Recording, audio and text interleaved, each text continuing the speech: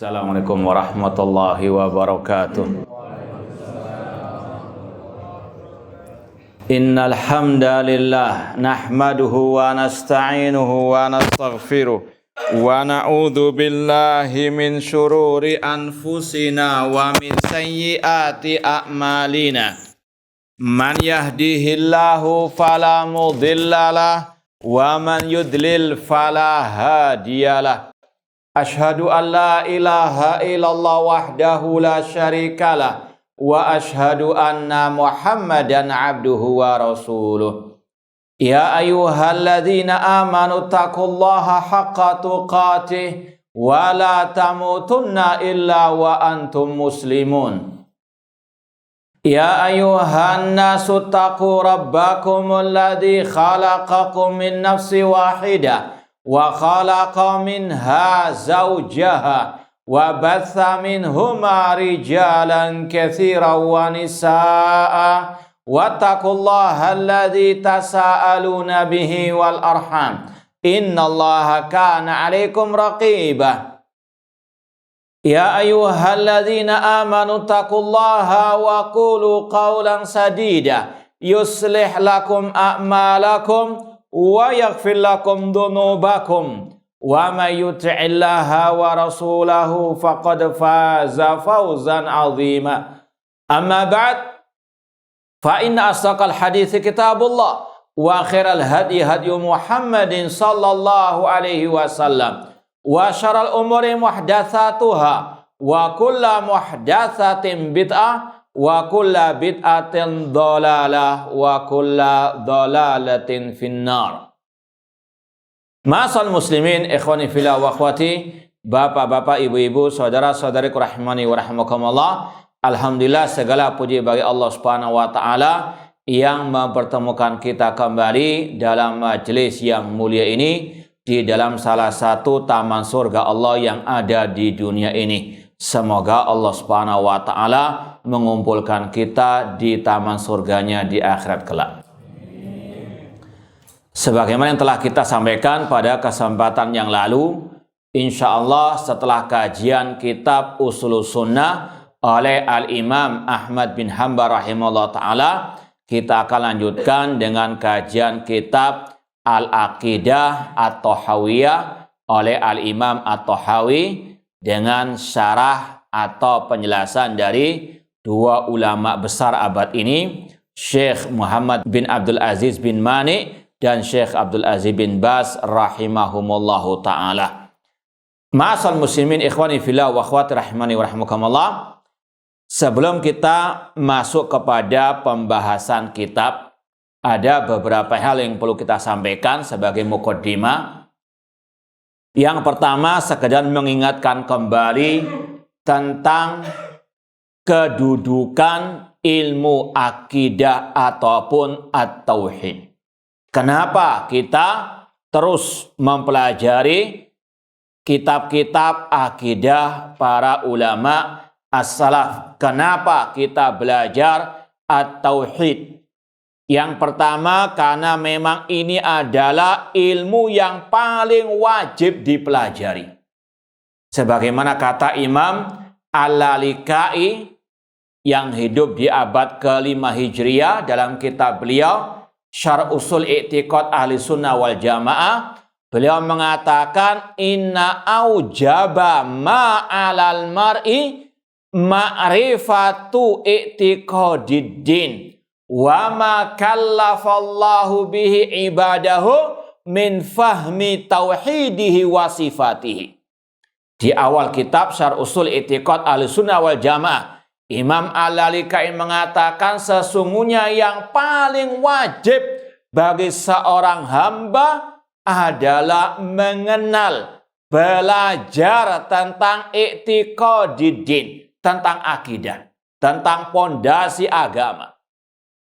Dan apa yang Allah bebankan kepada hamba-hambanya dari memahami tauhid dan tentang sifat-sifatnya. Maka sekali lagi ini motivasi kita terus belajar akidah. Ini yang paling wajib dipelajari. Kalau kita semangat belajar masalah salat, zakat, puasa, haji, atau yang berkaitan dengan akhlak, maka ini yang lebih wajib untuk kita pelajari. Kemudian yang berikutnya, kenapa kita belajar tentang akidah, tentang at-tauhid? Karena ini adalah ilmu yang paling mulia di atas muka bumi ini. Seperti yang telah disampaikan oleh Imam Ibnu Abil Izzi Al-Hanafi rahimahullah ta'ala dalam awal kitab syarh Aqidah At-Tahawiyah.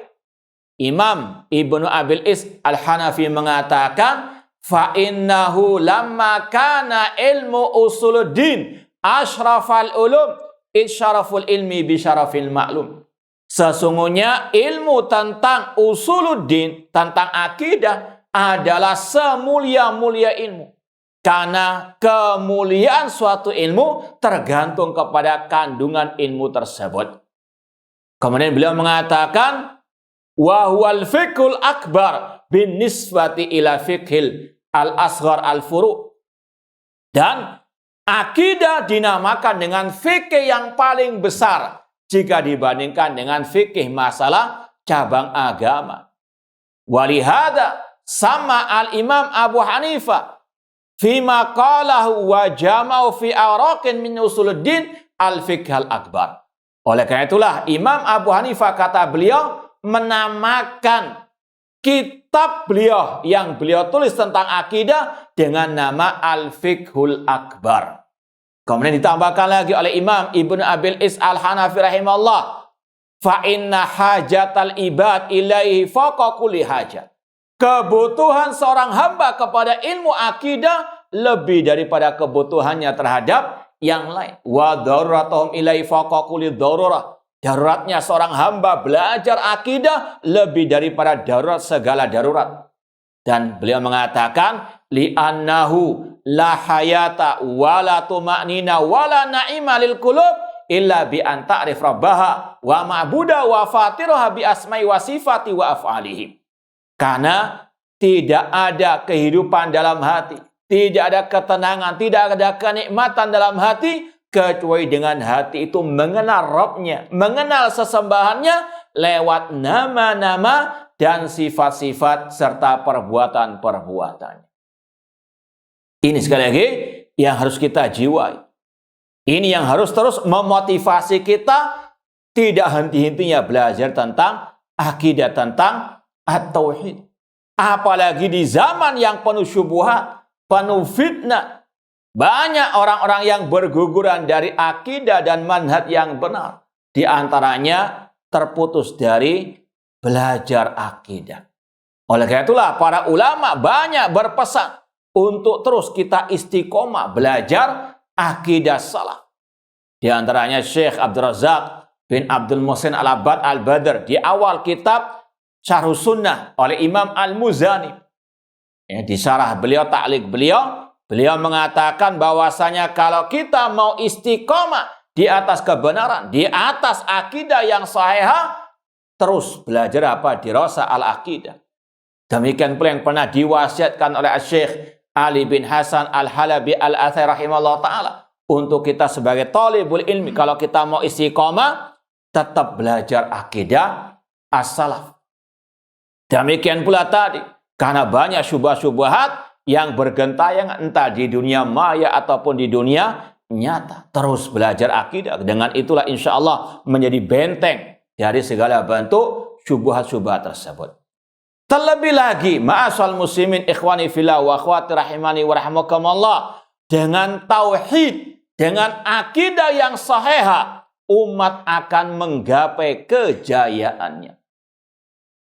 Tanpa tauhid, tanpa akidah yang sahihah, umat tidak akan mungkin jaya menang di atas muka bumi. Allah berfirman dalam surat An-Nur ayat ke-55, wa'adallahu alladhina amanu minkum wa amilus salihati la yastakhlifannahum fil ardi kama stakhlafal ladina min qablihim wa la yumakkinanna lahum dinahum alladzi tadalahum wa la yubaddilannahum min ba'di khaufihim amna ya'budunani la yusyrikuna bi syai'a.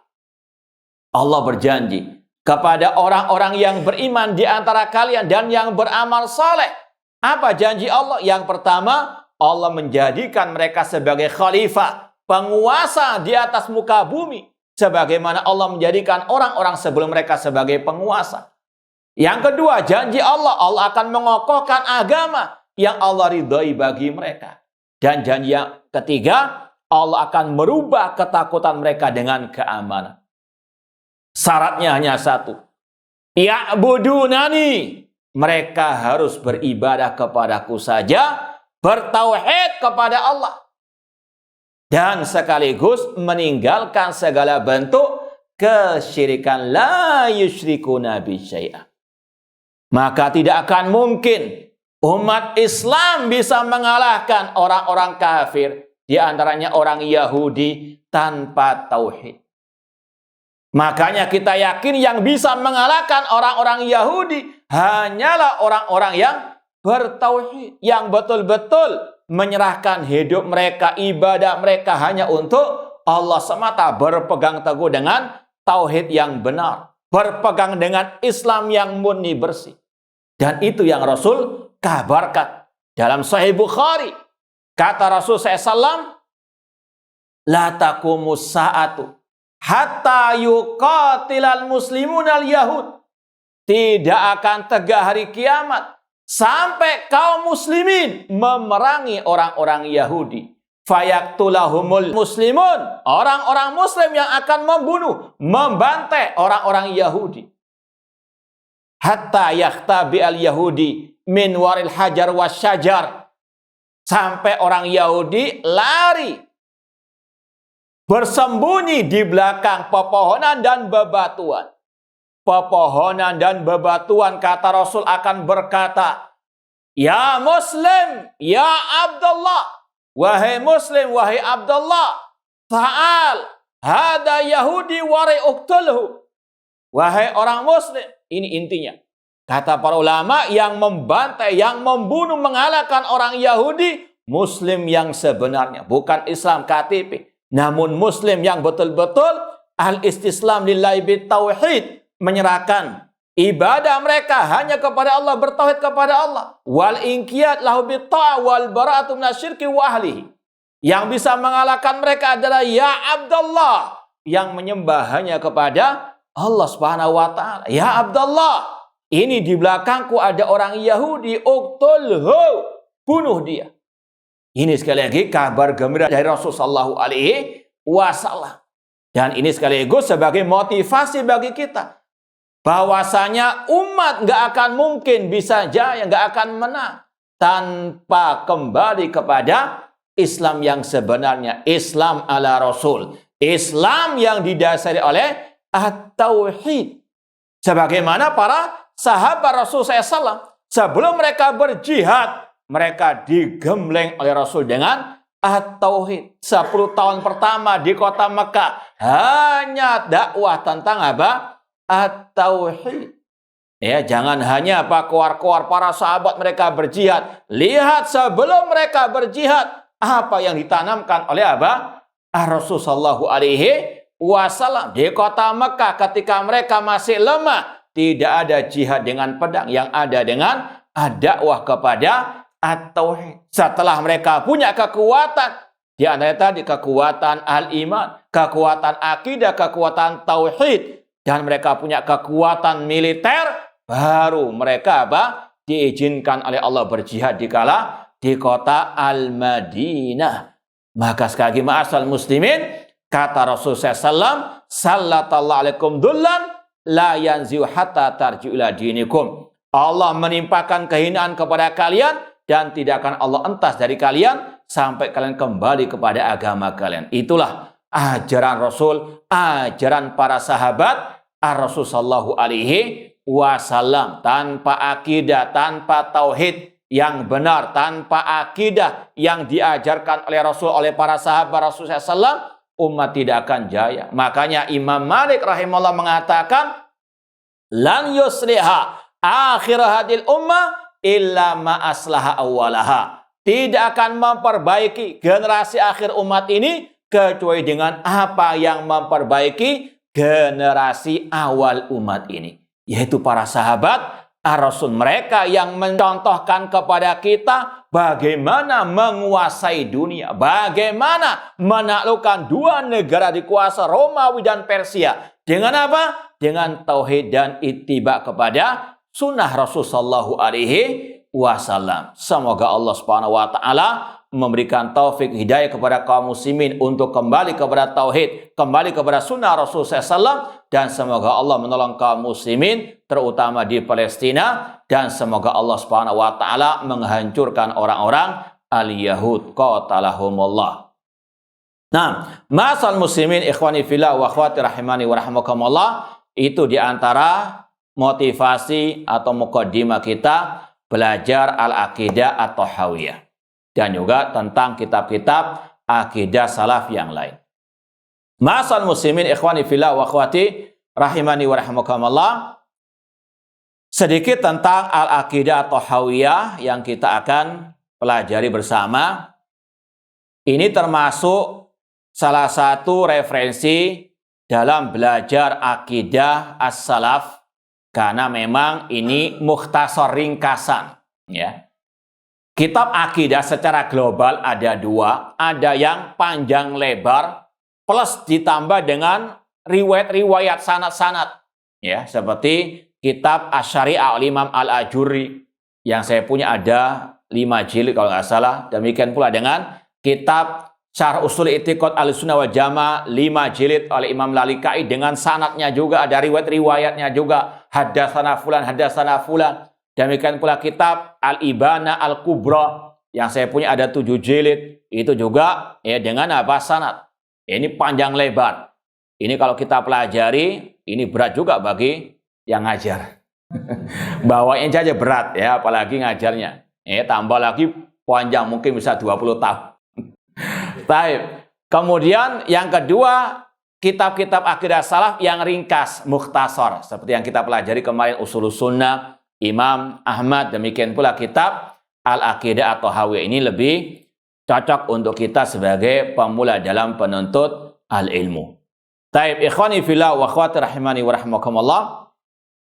Kitab Aqidah at-Tahawiyah ini banyak syarahnya, penjelasannya dari para ulama sejak dahulu sampai detik ini. Yang paling luar biasa berharganya dari syarah tersebut, yaitu yang kita sampaikan tadi, syarah Aqidah Tahawiyah oleh Imam Ibnu Abil Is Al-Hanafi. Itu yang paling, ya sebenarnya sudah komplit lah, luar biasa. Bahkan kata salah satu masyayikh dari kota Madinah, kalau ada talibul ilmi, penuntut ilmu agama, ingin mumpuni, ingin menguasai ilmu akidah ahli sunnah wal jamaah, di antaranya harus menguasai 3 kitab. Di antaranya Syarah Aqidah Tahawiyah oleh Imam Ibnu Abil Izzi Al-Hanafi. Yang kedua, Syarah Aqidah Wasithiyah oleh Syekh Abdul Aziz Ar-Rasyid. Kemudian yang ketiga, Mukhtasar Shawa'iqul Mursalah. Kitab As-Shawa'iqul Mursalah itu oleh Imam Ibnu Qayyim. Diringkas oleh namanya Imam Ibnu Al-Mausili. Itu 3 referensi akidah yang insya Allah barang siapa menguasai 3 kitab ini, insya Allah dia akan apa? Mumpuni dalam bidang al-aqidah. Ini diantaranya tadi Syarah Aqidah Tahawiyah oleh Imam Ibnu Abil Is Al-Hanafi. Adapun kita karena memang sebulan sekali ketemunya, ya, itu pun kalau nggak gaib, ya. Maka kita cari yang paling ringkas, namun juga dengan tambahan penjelasan dari ulama Ahlussunnah wal Jamaah. Di antaranya di sini ada 2. Yang pertama Syekh Muhammad bin Abdul Aziz bin Mani. Nanti akan kita baca biografinya sedikit. Demikian pula ditambah dengan penjelasan juga, syarah juga singkat oleh Syekh Abdul Aziz bin Baz. Meskipun sebetulnya Syekh Abdul Aziz bin Baz itu sudah kitab tersendiri. Ini kitabnya ya, Matan Aqidah Tahawiyah dengan taklik syarah singkat Syekh Abdul Aziz bin Baz, cuma digabungkan dalam cetakan yang ini. Ya, sebetulnya ini adalah apa? Syarahnya Syekh Muhammad bin Abdul Aziz bin Mani, cuma ditambahkan dengan syarahnya Syekh Abdul Aziz bin Baz. Ya, dan juga kita bawakan juga di sini syarah singkat Syekh Al-Albani rahimahullah. Ini banyak para ulama yang mensyarah kitab Al-Aqidah Thahawiyah, dan ini menunjukkan tentang pentingnya belajar kitab Al-Aqidah At-Thahawiyah. Meskipun kata Imam Asy-Syafi'i, ya'ballahu an yutimma ila kitabahu. Allah enggan menyempurnakan kitab apa saja kecuali kitabnya, yaitu Al-Qur'anu Al-Karim. Ada nanti hal-hal yang perlu dikoreksi dari kitab Aqidah Thahawiyah dan akan disampaikan oleh para ulama nantinya.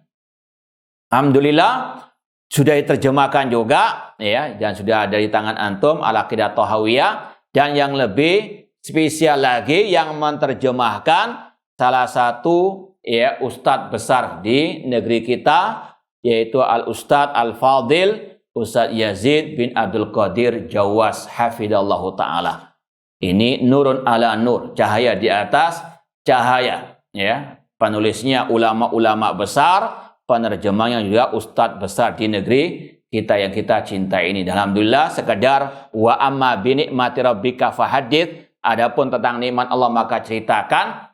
Maka alhamdulillah ya, kita terutama ya, mengapa sangat antusias belajar akidah dan mengajarkan akidah sampai detik ini, di antaranya karena sangat terinspirasi dengan beliau. Karena memang di awal anak belajar dakwah salafiyah di Surabaya, itu beliau yang menyampaikan dakwah tentang al-aqidah. Dan ini sudah sering kita sampaikan di tahun 95-an, kurang lebih 95, anak masih SMA waktu itu. Ya, kita awal-awal belajar dakwah salafiyah di antaranya kepada beliau. Dan waktu itu kita masih ingat betul bahwasanya dulu bedanya dengan sekarang. Kalau dulu tabligh akbar, itu tema-temanya berkaitan dengan akidah. Di antaranya beliau waktu itu menyampaikan kitab Aslus Sunnah wa I'tiqaduddin oleh Imam Abu Hatim Ar-Razi dan Abu Zur Ar-Razi. Ya, itu sudah tabligh akbar yang viral sudah. Masalah apa? Akidah wal manhaj. Kalau sekarang kan yang viral apa?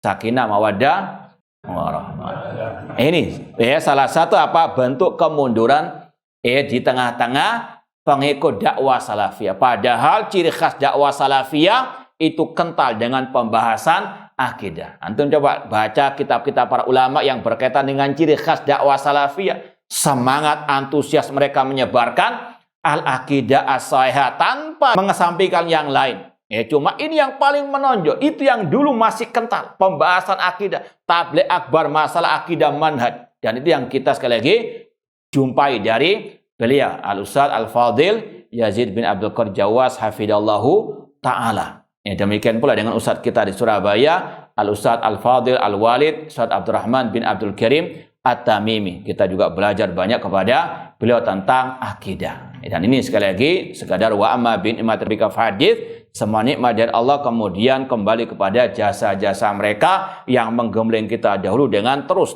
masalah akidah dan apa? Al-manhaj. Jazahumullah khairan. Nah, wa barakallahu fihi. Taib. Sekarang kita baca sedikit biografi dari 3 ulama ya, dari Imam At-Tahawi, kemudian Syekh Muhammad bin Abdul Aziz bin Mani dan Syekh Abdul bin Bas rahimahullah. Ini dalam rangka tak kenal maka tak sayang. Baik. Ikhwani fillah wa akhwati rahimani wa rahimakumullah. Adapun pensarah ini kalau di terjemahan halaman berapa itu? Tentang biografi Syekh Ibnu Mani 17 ya. Ketemu. Biografi Syekh Abdul Aziz bin Mani dulu. Dapat. Nah, kita ringkas saja. Beliau nama lengkapnya Muhammad bin Abdul Aziz bin Muhammad bin Mani At-Tamimi. Ulida bi Unaiza sana alaf wa thalathami'ah. Beliau lahir tahun 1300. Kalau sekarang tahun berapa Hijriah? Jadi kurang lebih ya 100 tahun yang lalu beliau itu lahir. Nah, 1,5 abad kurang lebih. Nah, warahala fi talabi ilmi ila Buraidah. Beliau belajar ilmu terutama di Buraidah, itu dekat dengan Riyadh. sekitar mungkin 2-3 jaman. Demikian pula beliau melanjutkan ke negeri Basrah wa Baghdad sampai pernah tinggal di Mesir. Nah, kemudian beliau meninggal dunia di kota, di sini dikatakan di kota Beirut, wasafar ila Beirut talabanil ilat fatufiya fiha. Beliau meninggal di kota Beirut ketika berobat di sana tahun 1394. Sekitar ya 50 tahunan lah yang lalu. Betul ya? Nah, taib ini sekilas tentang Syekh Muhammad bin Abdul Aziz bin Mani, termasuk ulama senior di Arab Saudi. Yang di bawahnya Syekh Abdul Aziz bin Bas, itu di bawahnya beliau. Nama beliau Abdul Aziz bin Abdullah bin Abdurrahman bin Muhammad bin Abdullah Ali Bas, yang dikenal dengan Syekh Abdul Aziz bin Bas rahimahullah ta'ala. Meskipun beliau yang lebih tersohor dibandingkan Syekh Muhammad bin Abdul Aziz bin Mani. Syekh Abdul Aziz bin Bas rahimahullah ini dulu waktu kecil masih bisa melihat kedua mata beliau, namun di akhir-akhirnya beliau buta, mengalami kebutaan rahimahullah ta'ala.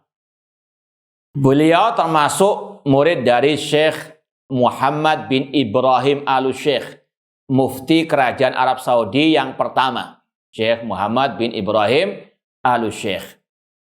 Dan beliau memiliki banyak murid-murid, di antaranya yang masih hidup sekarang Syekh Abdul Muhsin bin Hamad al-Abbad al-Badr, ahli hadis kota Madinah. Ya, demikian pula Syekh Saleh bin Fauzan, Syekh Muhammad bin Saleh Thimi, itu murid daripada Syekh Abdul Aziz bin Bas rahimahullah ta'ala. Kita tahu bagaimana muridnya, kita tahu bagaimana gurunya Syekh Abdul Aziz bin Bas rahimahullah ta'ala. Beliau meninggal tahun 1420 Hijriah. 1420 Hijriah. Berapa tahun yang lalu? Kalau 25 tahun yang lalu. Kalau tepatnya Masehinya tahun 1999. Ya, tahun 1999 Masehi rahimallahu taala. Taib. Kemudian disampaikan di sini tentang biografi singkat Imam At-Tahawi rahimallah. Nama beliau Al-Imam Al-Allama Abu Ja'far Ahmad bin Muhammad bin Salama At-Tahawi. Namanya Ahmad bin Muhammad, kunyanya Abu Ja'far. At-Tahawi ini nisbah kepada tempat di Mesir yang namanya Toha. Maka orangnya katakan At-Tahawi. Beliau lahir tahun 290 Hijriah. Tahun 290 Hijriah, atau ada yang mengatakan 230 Hijriah. Masih abad-abad awal. Tafaqqaha awalan ala Khali al-Muzani sahibil Imam Syafi'i. Di antara guru beliau Al-Imam Al-Muzani yang punya kitab akidah judulnya apa? Syarhus Sunnah. Yang alhamdulillah masih kita ajarkan di TV Roja juga. Beliau belajar kepada Imam Al-Muzani karena di antaranya beliau adalah pamannya sendiri. Khaluhu, kakak dari ibunya. Imam At-Tahawi keponakannya Al-Imam Al-Muzani Asy-Syafi'i rahimahullah ta'ala. Dan Imam Muzani muridnya Imam Asy-Syafi'i. Kemudian ikhwani fillah wa akhwati rahimani wa rahimakumullah, Imam At-Tahawi meninggal dunia tahun 321 Hijriah. Meninggal tahun 321 Hijriah. Intinya Imam At-Tahawi termasuk dari kalangan para ulama-ulama yang terdahulu, yang masih tidak jauh dari zaman para salaf dari kalangan tabi'in maupun tabi'u at-tabi'in rahimahumullah ta'ala. Kemudian yang perlu kita sampaikan di sini ada penjelasan singkat dari Syekhul Islam Ibnu Taimiyah yang dibawakan oleh Syekh Muhammad bin Abdul Aziz bin Mani tentang masalah akidah Ya, menurut Ahlus Sunnah wal Jamaah. Ini di Muqaddimah ada ketemu Muqaddimah Syekh Ibnu Mani. Afwan, kita loncat-loncati karena memang waktunya sempit kalau untuk Muqaddimah. Ketemu Muqaddimah Syekh Ibnu Mani 23. Nah, beliau menukil ucapan Syekhul Islam Ibnu Taimiyah rahimahullah. Kita ambil sebagian ucapan ini. Kata Syekhul Islam Ibnu Taimiyah rahimahullah, wa min sya'nil musannifin fil aqaid al-mukhtasara ala madhhabi ahli sunnah wal jamaah an yadhkuru ma yatamayyaz bi ahli sunnah wal jamaah anil kufar wal mubtadi'in. Di antara kebiasaan para ulama yang menulis kitab-kitab akidah yang ringkas, yang di atas mazhab ahli sunnah wal jamaah, mereka hanya menyebut akidah ahli sunnah yang membedakan mereka dari orang-orang kafir dan ahli al-bid'ah. Jadi sekali lagi, ini salah satu ciri khas kitab-kitab akidah yang ringkas, intinya menyebut beberapa poin akidah ahli sunnah, nggak semuanya. Yang paling penting tujuannya membedakan diri antara ahli sunnah dengan entah ahli bid'ah yang telah jatuh ke dalam kekafiran atau yang tidak sampai kepada kekafiran. Makanya dalam kita belajar kitab seperti ini tidak boleh kita mencukupkan diri dengannya. Butuh penjelasan kitab-kitab ulama yang lain. Karena namanya ringkasan ya demikian. Nggak semuanya disampaikan. Yang paling penting membedakan kata Syekhul Islam, mana itu ahli sunnah dan mana itu ahli al-bid'ah. Kemudian sedikit tambahan, bahwasanya kata-kata ini akidah Thahawiyah. Apakah itu karangannya Imam At-Tahawi? Istilah ini banyak sekali. Akidah Imam Al-Bukhari, akidah Imam Ahmad, akidah Imam Abu Hatim, akidah Sufyan Ats-Tsauri. Apakah mereka yang mengarang sendiri akidah tersebut? Tidak. Sudah ada? Sudah atau belum? Belum. Baik, bukan. Kata Syekhul Islam Ibnu Taimiyah rahimahullah. Ini belum. Baik, tafadhal. Insyaallah kita lanjutkan sedikit nanti setelah adzan. Wallahu taala alam. Baik, ikhwani fillah wa akhwati rahimani wa rahimakumullah. Kita lanjutkan lagi. Ada istilah ini akidah Imam At-Tahawi, akidah Imam Bukhari, akidah Sufyan Ats-Tsauri. Apakah mereka yang mengarang akidah itu ya sesuai dengan pikiran mereka sendiri? Maka jawabannya tidak, ya. Syekhul Islam Ibnu Taimiyah rahimahullah pernah berkata, al-i'tiqadu laisa li wa laisa liman huwa akbaru minni. Akidah itu bukan karanganku dan juga bukan karangan orang-orang yang lebih senior dariku. Wa innama yu'khadhu anillahi wa rasulihi wa ma ajma' alaihi al-ummatu. Namun akidah itu diambil dari Al-Quran, dari sunnah Rasul, dan dari ijma' kaum muslimin atau ijma' para salafu as-saleh. Adapun dinisbatkan akidah ini kepada Imam Tahawi, akidah ini kepada Imam Bukhari, ini karena mereka yang menyusunnya, mereka yang menyebarkannya. Dan secara umum tidak ada perbedaan di antara akidah-akidah tersebut. Akidah Imam Bukhari dengan akidah Imam Ahmad, dengan akidahnya Imam Sufyan Ats-Tsauri dan juga Imam At-Tahawi rahimahullah ta'ala. Dan ini yang juga merupakan salah satu ciri khas ahlu sunnah wal jamaah kata para ulama. Yaitu kesepakatan mereka dalam masalah al-akidah.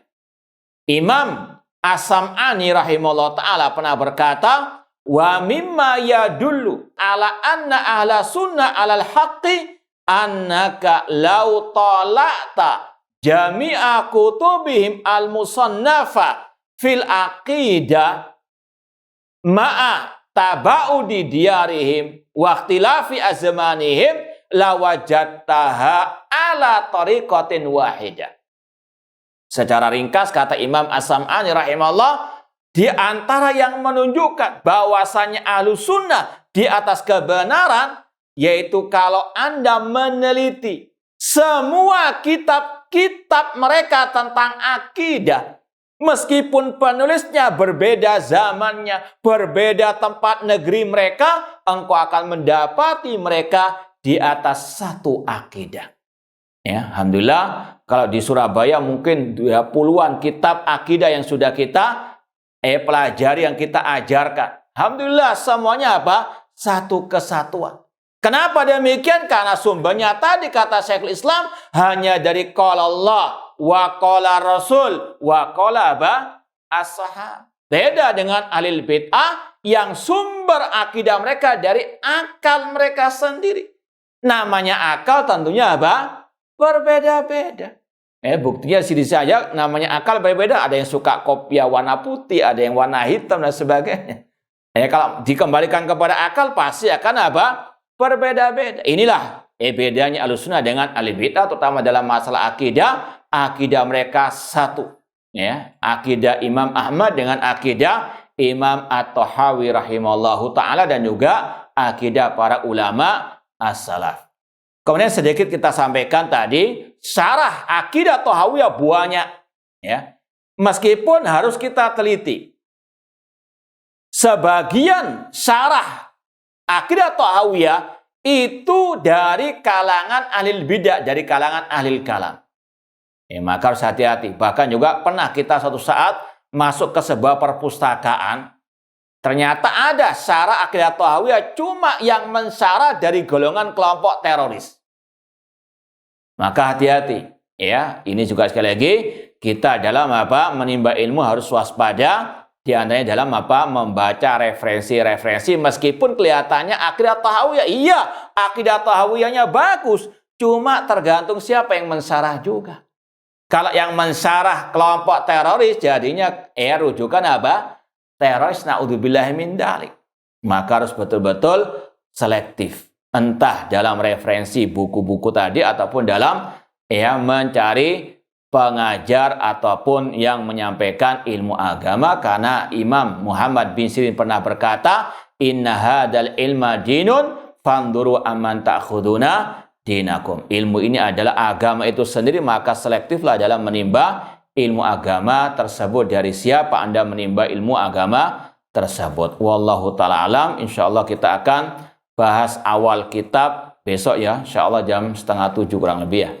Wallahu ta'ala alam.